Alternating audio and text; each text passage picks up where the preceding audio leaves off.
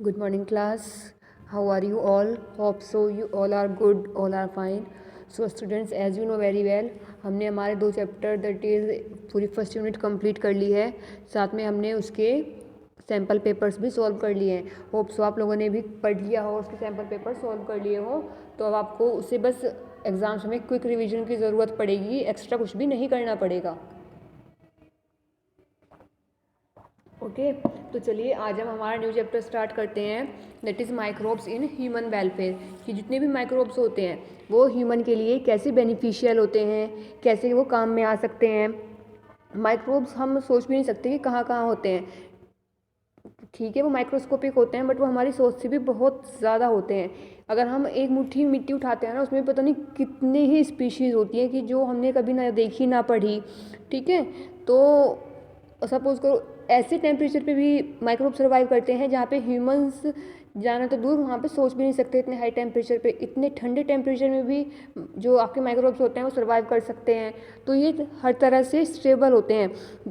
हर तरह का ऑर्गेनिज्म हर तरह के इन्वायरमेंट में नहीं रह सकता, सबका अपना अलग अलग इन्वायरमेंट होता है। लेकिन कुछ ऐसे भी हैं जो बहुत ज़्यादा हॉट टेम्परेचर पे रह सकते हैं, कुछ ऐसे भी हैं जो बहुत ज़्यादा कोल्ड टेम्परेचर पे रह सकते हैं। और इसी चीज़ का फ़ायदा उठाया है ह्यूमंस ने। ठीक है, उन्होंने माइक्रोब्स को यूज़ किया है अपने बेनिफिट के लिए।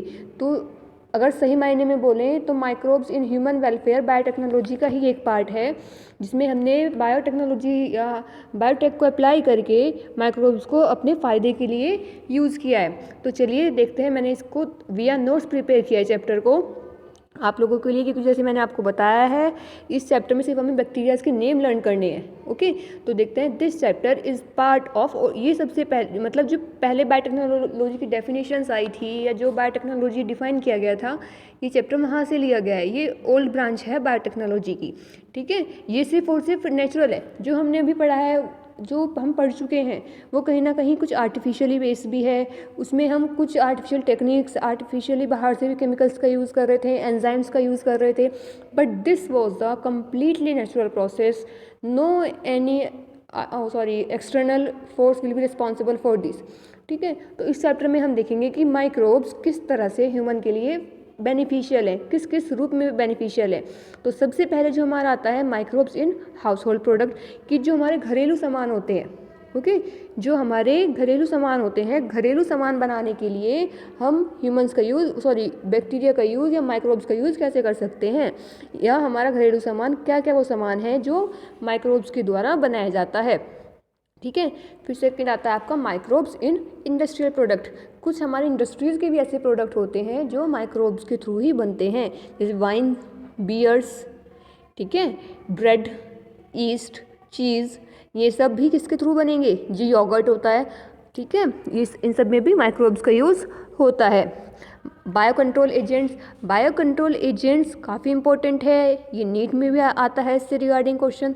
Microbes in bio control agent से आप क्या समझते हैं, जो आपके पेस्ट इंसेक्ट्स होते हैं। ठीक है, कि हम जो हमारा क्या है माइक्रोब्स को ही यूज़ कर सकते हैं pest as a pesticide, as a insecticide. मतलब पेस्ट को कंट्रोल करने के लिए, इंसेक्ट्स को कंट्रोल करने के लिए ही जब हम माइक्रोब्स का यूज़ करते हैं तो वो क्या कहलाएगा, bio control agent. Okay, microbes को हम एज अ फर्टिलाइजर यूज़ करते हैं, नाइट्रोजन फिक्सिंग बैक्टीरिया। हमें पता है नाइट्रोजन कितना इंपॉर्टेंट होता है प्लांट्स के लिए। ओके, कि जो प्लांट्स होते हैं, जितने लेग्यूमिनस प्लांट्स होते हैं, उन सब में नाइट्रोजन बहुत इंपॉर्टेंट रोल प्ले करता है। तो अब नाइट्रोजन या तो 2 तरीके हैं, नेचुरल और आर्टिफिशियल।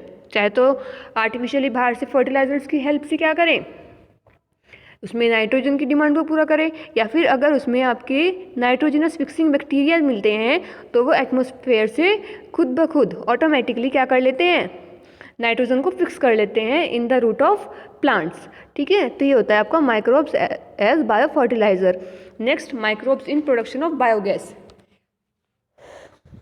इसमें जो क्या होता है, माइक्रोब्स होते हैं वो बायोगैस प्रोडक्शन में हेल्प करते हैं। बायोगैस क्या होता है, आपकी मीथेन गैस CH4, जो नेचुरल गैस होती है, जो काउ डंग से मिलके बनती है। ठीक है, माइक्रोब्स इन सीवेज ट्रीटमेंट, जो ये गंदा पानी होता है ना नाले वगैरह का, इसको ट्रीट करने के लिए भी हम किसका यूज़ करते हैं, माइक्रोब्स का यूज़ करते हैं।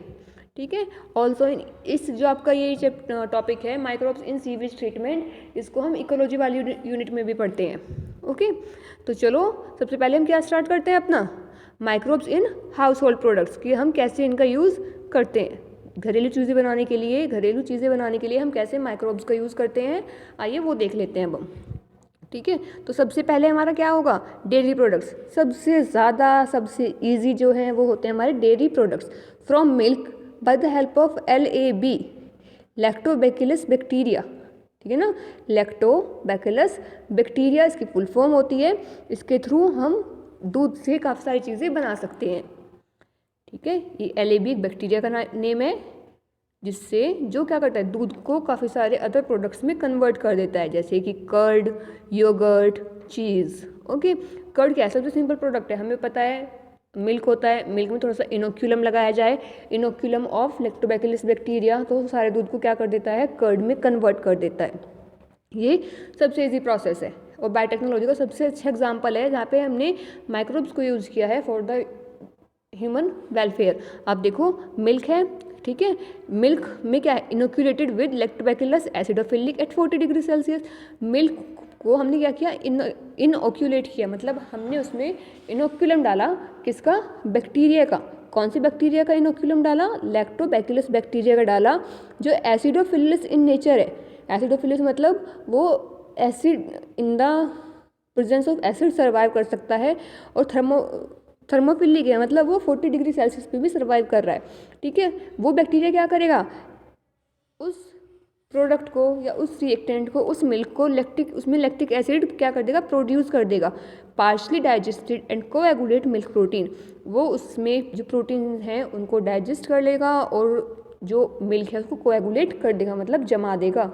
और इससे क्या होता है कि जो दही होती है वो जम जाती है, और जब उसमें लैक्टिक एसिड बन जाता है तो वो क्या कहलाती है, आपकी कर्ड। जो कि कर्ड है वो ज़्यादा न्यूट्रिशियस होती है। ठीक है, मोर न्यूट्रिशियस, मोर ऑर्गेनिक एसिड, और उसमें सबसे ज़्यादा क्या मिलता है, विटामिन B12। ठीक है, विटामिन B12 की खास बात क्या होती है, वो हमारे स्टमक में बैक्टीरिया की ग्रोथ नहीं होने देती।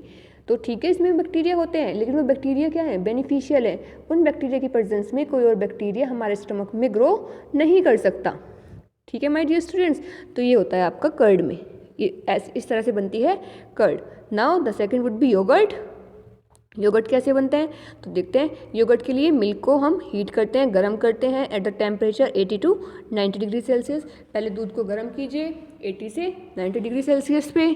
ठीक है, कितनी देर के लिए, 30 मिनट के लिए। दैट वाटर कैन, कि मतलब दूध में जितना भी पानी है वो सारा पानी उड़ जाए। दूध को 30 मिनट के लिए गर्म कीजिए 80 से 90 डिग्री सेल्सियस पे। और कितनी देर गर्म करना है, जैसे कि सारा उसमें जितना भी पानी है दूध में वो इवेपोरेट हो जाए। ठीक है, फिर उसमें हमें इनोक्यूलम किसका डालना होता है, इनोक्यूलेटेड विद स्ट्रेप्टोकोकस। ठीक है, स्ट्रेप्टोकोकस बैक्टीरिया जो होता है, heterophilus, streptococcus heterophilus bacteria plus lactobacillus bulgaricus. अब ध्यान रखना, पहले लैक्टोबैसिलस एसिडोफिलस था, अब क्या है आपका, लैक्टोबैसिलस बल्गैरिस।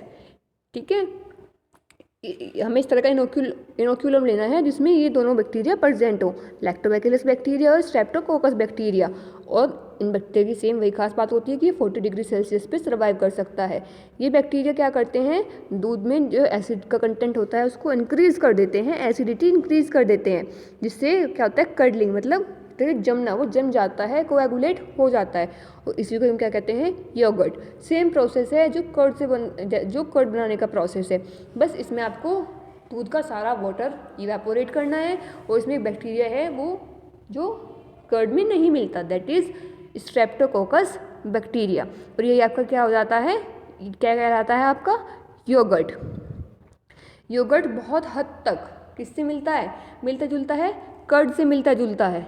ठीक है, have taste and flavour of lactic acid plus acetaldehyde. और अगर हम इसका टेस्ट देखते हैं तो उसका टेस्ट कैसा होगा, जैसे कि हमने लैक्टिक एसिड को टेस्ट कर लिया हो या फिर साथ में एसिटाल्डिहाइड को टेस्ट कर लिया हो, कुछ इस तरह का टेस्ट होता है योगर्ट का। ओके, तो ये था हमारा first topic, that is microbes in house hold product. हम चीज़ भी बना सकते हैं। चीज़ घर पे कैसे बनती है, cheese is pressed and flavour with curd. ठीक है, जो चीज़ है हम उसको भी बना सकते हैं। सो अब बात आती है चीज़। आज हम लगता है सारी रेसिपीज़ यहीं पे बना लेंगे। किचन में जाए ना जाएँ, हमारी यहाँ पे सब रेसिपीज़ ज़रूर बन जाएंगी। ओके, तो चलो अब हम क्या बनाएंगे, चीज़ बनाएंगे। चीज़ को कैसे बनाते हैं सबको पता है, is pressed and flavour milk curd. ये क्या है, देखो एक वो दोनों की स्टेट में डिफरेंस है, दही की और पनीर की स्टेट में क्या है डिफरेंस है। जो पनीर है वो सबको पता है कैसे बनता है, प्रेस करने के बाद, दबाने के बाद बनता है, और हल्का हल्का फ्लेवर उसमें कर्ड जैसा होता है, और कुछ थोड़ा उसमें क्या होता है, इलास्टिसिटी, कुछ खिंचावपन होता है। अब बताती हूँ चीज़ को घर पे कैसे बना सकते हैं। By lemon juice milk is turn sour. अगर हम उसमें नींबू का रस डाल देते हैं तो जो